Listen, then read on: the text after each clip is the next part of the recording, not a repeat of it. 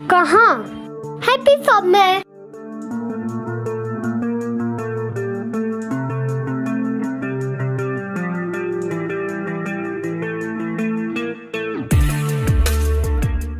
Welcome to Happy Shop. Happy Shop में सभी के लिए कुछ ना कुछ तो है, जैसे कि मम्मी पापा के लिए प्रीमियर क्वालिटी के ड्राई फ्रूट्स, दीदी के लिए इम्पोर्टेड चॉकलेट्स और बच्चों के लिए ढेर सारे unique toys.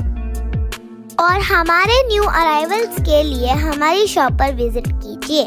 Happy Shop at Supreme petrol pump, Chavindra, Bhiwandi.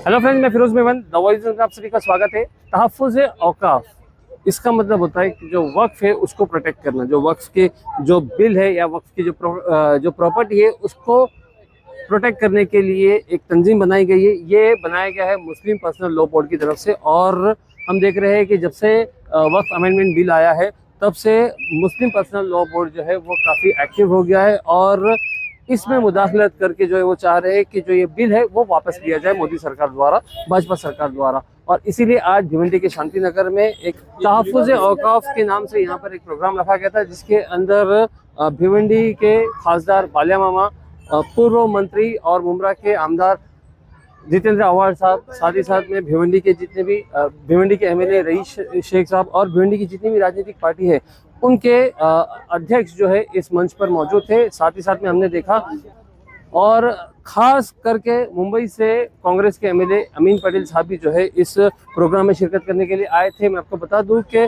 ये प्रोग्राम शांति नगर में रखा गया था और उतनी अक्सरियत नहीं थी जितनी लोगों ने एक्सपेक्ट किया था, लेकिन उसके बावजूद जो है लोग जुड़े थे और वक्फ को लेकर जो है लोगों ने अपनी फिक्रें जाहिर की। जितने भी स्टेज के ऊपर जितने भी लीडर थे सभी ने यही बताया कि वक्फ कानून जो है इसके अंदर फेरबदल नहीं करना चाहिए और उसके फेरबदल से जो है मुसलमानों की जो मस्जिद है, जो मदरसे है और जितने भी जैसे कब्रस्तान है, जितनी भी वक्फ की हुई प्रॉपर्टी है उसके ऊपर जो है आँच आ सकती है। और ये कानून को इस तरह से डिज़ाइन ही किया गया है।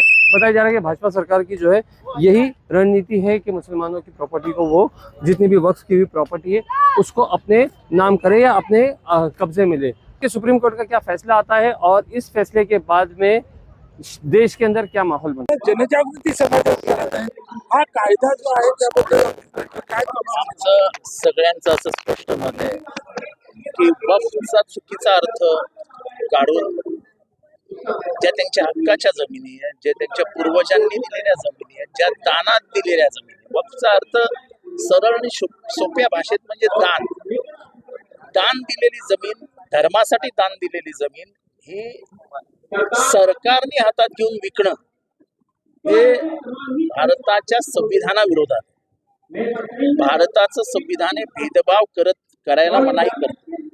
त्यामुळे दान हे फक्त मुसलमानांमध्ये होतं, दान शिखांमध्ये होतं, दान बुद्धिस्टांमध्ये होतं, दान ख्रिश्चनांमध्ये होतं, दान हिंदूंमध्ये होतं, दान मुसलमानांमध्ये होतं, इस्लाममध्ये होतं। त्यामुळे दान केलेली कुठलीही वस्तू ही त्या धर्माची होते, त्याच्यावर सरकारचा काय अधिकार। ज्या पद्धतीनं आता जर तुम्ही तसं म्हणतात की आज मुस्लिम यामध्ये पिसले जातात, उद्या अजून दुसरं कोण असणार होणार ना। आता जो सर्वात मोठा बुद्धिस्ट बिहार मधली जी जागा आहे बोधगया, काय चालू आहे तिथे? हेच चालू आहे। जे ज्यांचं आहे त्यांच्याकडे राहू द्या ना, जे ज्यांचं आहे त्यांच्याकडे राहू द्या। तुम्हाला ह्या ज्या जमिनी म्हणजे आता हे आमचे मित्र आहेत, त्यांच्या वडिलांकडे 100 एकर जमीन आहे, त्यांच्या वडिलांना वाटलं की 90 एकर जमीन ह्याच्या नावावर ठेवू आणि 10 एकर जमीन धर्माला देऊन टाकू। ती धर्माला दिली, सरकारला नाही। त्यामुळे त्याचा वापर धर्मासाठी झाला पाहिजे हे सरकारने बघायचं। जर त्याचा गैरवापर झाला तर करणाऱ्याला जेलमध्ये टाका, पण ती त्यांच्या हातातनं घेऊन सरकार विकेल हे चुकीचं आहे। देखिए, आज भिवंडी की आवाम ने ये पूरे देश को मैसेज दिया है कि जब आइन की बात आती है, जब हकूक की बात आती है तो हम एक हैं। मैं शुक्रगुजार हूँ all India Muslim personal law board का कि उन्होंने यहाँ पे प्रोग्राम किया। वक्फ जो है वो हमारा हक है, हमारे बाप दादाओं की ज़मीन है और इसके साथ साथ ये कॉन्स्टिट्यूशन के भी खिलाफ है। आज हमारी बारी, इसके बाद और लोगों की बारी है। इसलिए आज जो ये प्रोग्राम हुआ उसमें तमाम सियासी पार्टियों के लोग, तमाम मजहब के लोग, तमाम फिरके के लोग सब एक होकर आइन बचाओ की बात कर रहे हैं, वक्फ बचाओ की बात कर रहे हैं। इस वक्त जबकि सुप्रीम कोर्ट में केस चल रहा है, उसके बाद इस तरह के प्रोग्राम की जरूरत क्यों पड़ी है? क्या ये आवामी बेदारी के लिए है? देखिए, सीधी बात है, ये बेदारी के लिए है। सुप्रीम कोर्ट की जो प्रोसीडिंग्स है उसका हम एहतराम करते हैं और हम चाहते हैं कि लोगों में बात पहुंचे। क्या फिक्रमंद मत रहिए कि सुप्रीम कोर्ट में लोग सुन रहे हैं, बात हो रही है, बहस हो रही है, ये बेदारी मुहिम का हिस्सा है। सालिया और जो अफवाह को लेकर जो मामला चल रहा है, इसके बारे में आपका क्या कहना है? नहीं, मेरा ही नहीं, पूरे मुल्क का हर इंसाफ पसंद सेकुलर हिंदुस्तानी का ये मौक़िफ़ है कि जिसकी जो ज़मीन है उसको ही मिलनी चाहिए। आज सरकार जो कानून वक्फ तरमीमी एक्ट लाई है वो मुसलमानों से उनकी ज़मीनें छीनना चाहती है, औकाफ की जायदाद अमलाक को हड़प करना चाहती है। इसलिए दस्तूरी एतबार से हम लड़ाई लड़ रहे हैं सुप्रीम कोर्ट में भी, और हमारा ये आज़्म है कि हम अपने हक़ के लिए अगर रोड पर उतरना पड़ा तो हम रोड पर उतरेंगे, और लड़ाई अगर लंबी भी होगी तो हम लड़ाई लड़ेंगे इंशाअल्लाह। कानून के किस पॉइंट को लेकर आपका विरोध है? मतलब कानून की जो तरमीम हुई है उसमें किस मुद्दों को लेकर आपका विरोध है? डॉक्टर बाबा साहब अम्बेडकर ने जो कानून बनाया है, आज संसद में, पार्लियामेंट में, चाहे वो लोकसभा हो राज्यसभा हो, वक्फ तरमीमात को जो ला करके उन्होंने उसे कानूनी शक्ल दी है, ये बुनियादी कानून के खिलाफ है। दफ़ा 24 के, दफ़ा 25 के, दफ़ा 29 के, उसके खिलाफ है। और हमें उम्मीद है कि इस दस्तूर की जो बुनियादी दफ़ात है, इसके बेस के ऊपर हमें कामयाबी मिलेगी।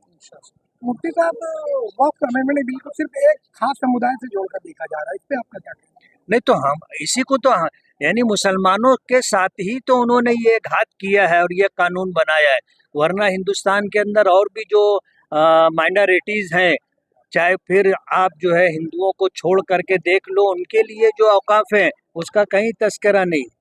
अभी जैसे आपके सामने कासिम रसूल साहब ने जो बात कही कि जब वक्फ तरमीमी एक्ट लाया गया तो उसके बाद जो है आरएसएस के मुखपत्र में ये आया कि भाई मुसलमानों के पास जो औकाफ की ज़मीनें हैं उससे ज़्यादा औकाफ की ज़मीनें और अमलाक क्रिश्चियन लोगों के पास है, और उसके बाद दूसरे दिन ही उसे उन्होंने वापस ले लिया।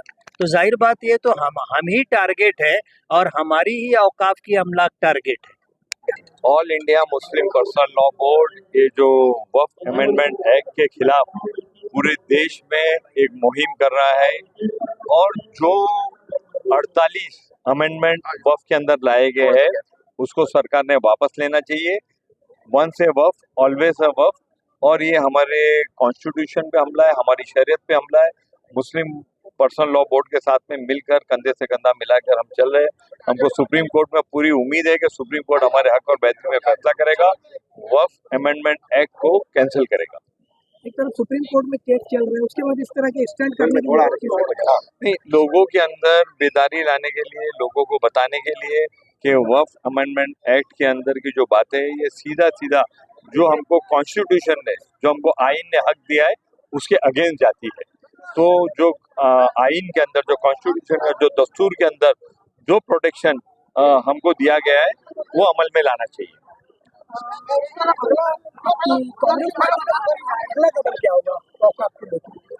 इंडिया अलायंस पूरा कांग्रेस पार्टी के नेतृत्व में हर जगह इसकी मुखालफत किया है। आपने देखा है कि पार्लियामेंट में भी इसकी मुखालफत हुई है, और सड़कों पे भी मुखालफत हो रही है, और सुप्रीम कोर्ट के अंदर भी इस जंग को लड़ा जा रहा है।